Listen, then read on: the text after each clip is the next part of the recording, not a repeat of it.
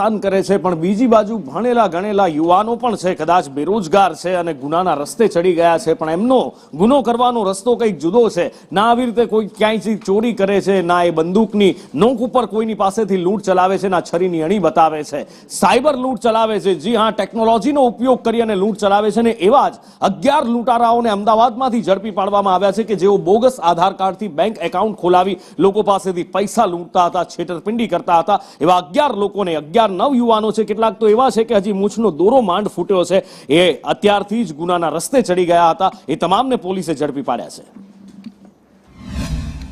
અમને બાતમીના આધારે એક બાતમી એવી હતી કે અમદાવાદના ફ્લેટમાં આ લોકો સાયબર ફ્રોડની કામગીરી ચાલુ છે. એના અનુસંધાને અમદાવાદ સાયબર ક્રાઇમ બ્રાન્ચની પોલીસે રેડ કરી હતી 5 તારીખે, અને એ રેડમાં કુલ ત્યાં 8 આરોપી પકડાયા હતા.